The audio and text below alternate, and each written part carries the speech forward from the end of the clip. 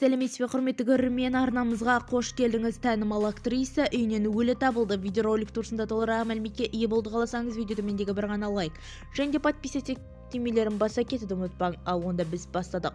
6 желтоқсан Токио жапониялық әнші әрі актриса Михо Накамая өзінің үйінде өлі табылды. Ол 54 жаста еді. Бұл туралы dailymail.com сайтына сілтеме жасап ел.кз ақпарат агенттігі хабарлайды.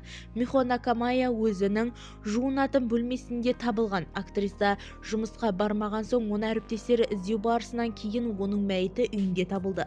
Өлімнің себептері анықталып жатыр. Михо Накамая Жапония музыка, теледидары мен киносында жұлдыз болды.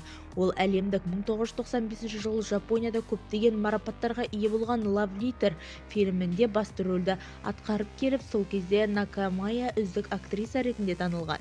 Қайғылы уақиға болған күні Накамая Оксодида Рождество шоуында өнер көрсетуі керек еді.